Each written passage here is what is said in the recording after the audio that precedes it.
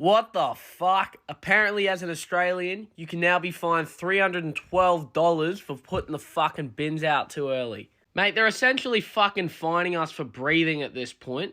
How can you get fined for conveniently putting the bins out early?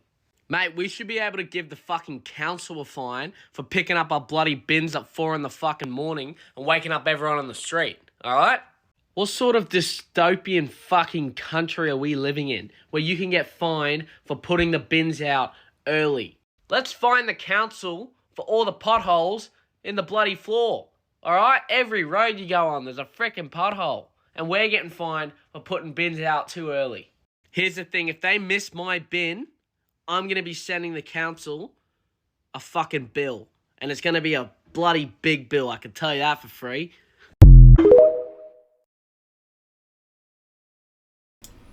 Hello again everyone, welcome back to another video on this wonderful platform we call the internet. And today, I figured it's time to discuss two new laws that have popped up here in Australia.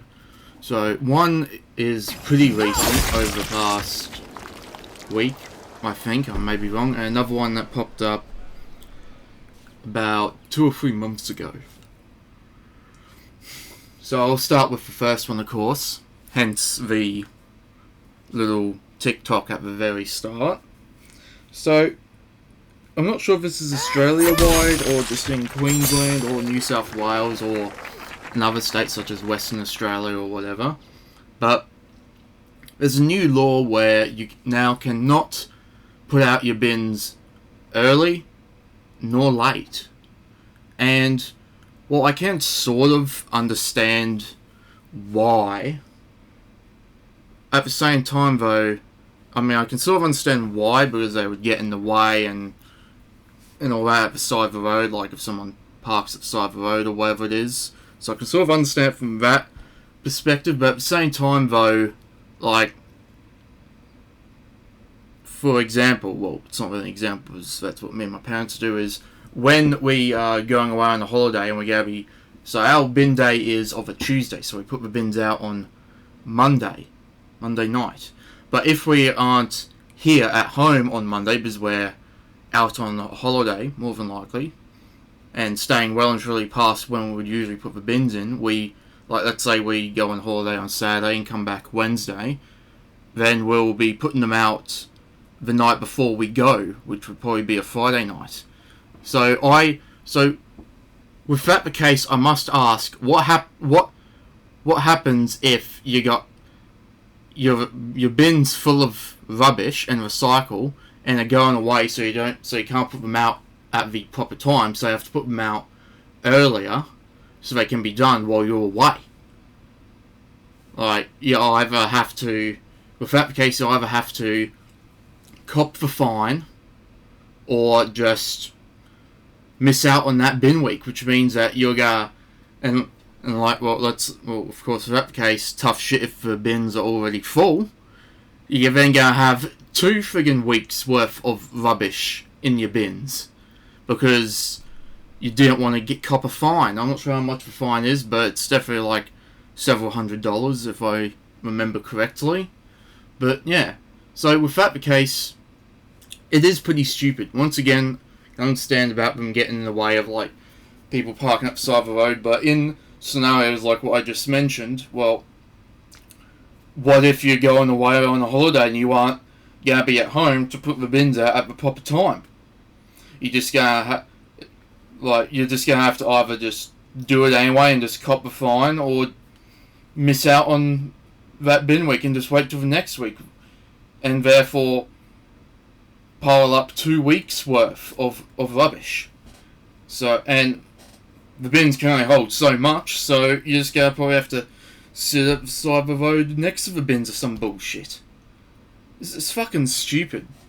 Like, they bring out all these new laws for just about fucking anything. Soon enough, you gotta get a fine just for fucking breathing at this point. It's ridiculous. Which then, of course, leads to the next law that has apparently just been put out over the past week or so, and that is that now you have to go for a special license to drive any sort of high-powered car.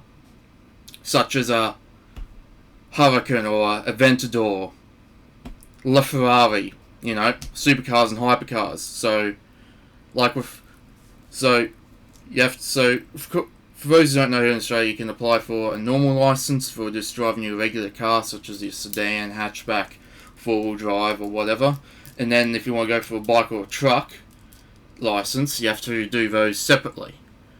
Now, I'm not sure if with this new license thing for driving a high-powered supercar or hypercar, whatever it is, you have to apply for a license for that, or you just have to, because it is still just a car, just like on your regular license, but you still have to fork up for that, and if you don't, and apparently it's a $7,500 fine.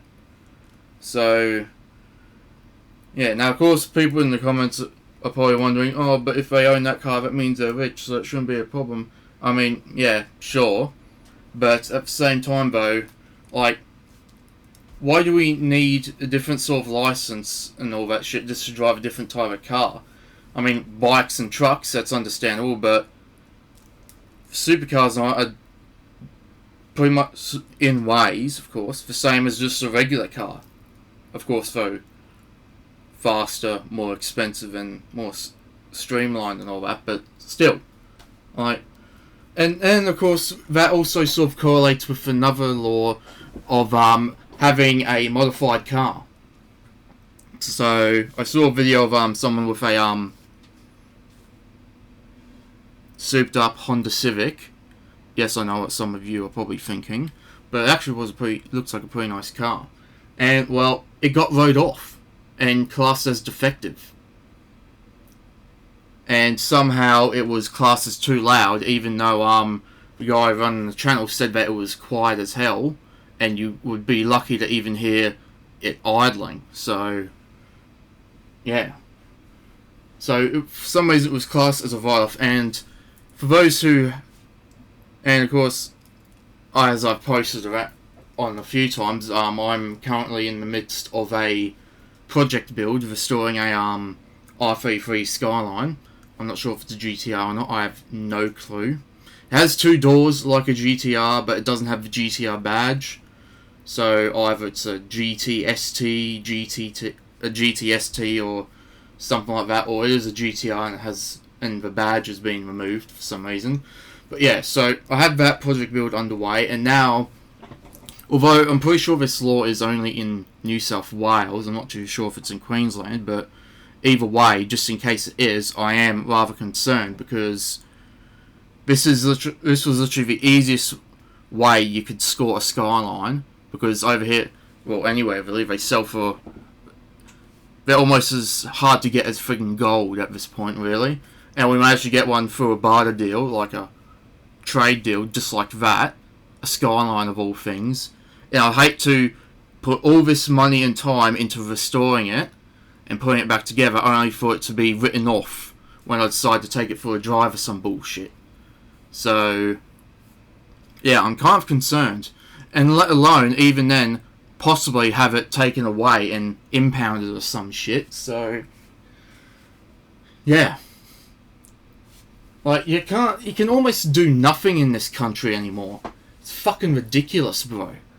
You can't, you can't do this, you can't do that, and now you can't put your bins out too early or too late or some shit, and now you can't drive a hypercar or supercar without having to get an extra license, and now you can't drive a somewhat modified car. Now, I will say though that from what I've seen, the new engine that's going in is standard, pretty stock. It's a normal RB25 Neo, I believe, DETT, non-turbo. But what is modified on the Skyline is it has a four-wheel steer for drifting. Not my thing, that was from the previous owner, or the owner before that, I believe.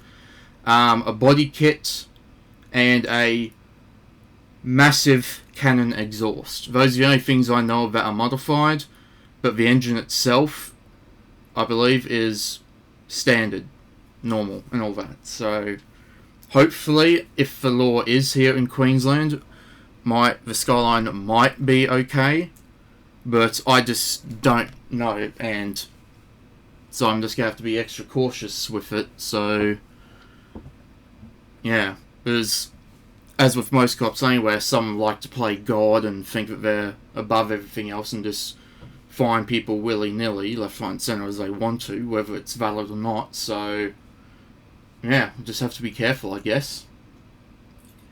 So, yeah. Anywho, though, that's my little rant and discussion over. It's a bit of a rant and a discussion in one video, really. So, yeah, that's the end of that, I suppose. So, feel free to let me know in the comments below what you think of these rules. Do you like them? Do you hate them? Are you sort of mixed, like with me? Well, I'm also mixed with the whole bin thing. Well, actually, yeah, I sort of understand why they do have the law with the modified cars, because, you know, there are idiots out there that drive like a friggin' race car driver and end up causing accidents. So I can sort of understand it from there, but that's a very small, well, a somewhat small minority of people that are idiots. And the rest of us just do it because, well, why not? It's just a bit of fun.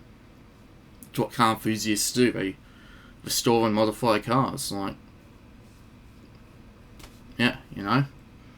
So yeah, so feel free to let me know what you think of these laws in the comments below. If you want to, feel free to. And well, thank you for watching. Feel free to like and subscribe if you want to stay tuned for more videos. And I'll see you in the next one.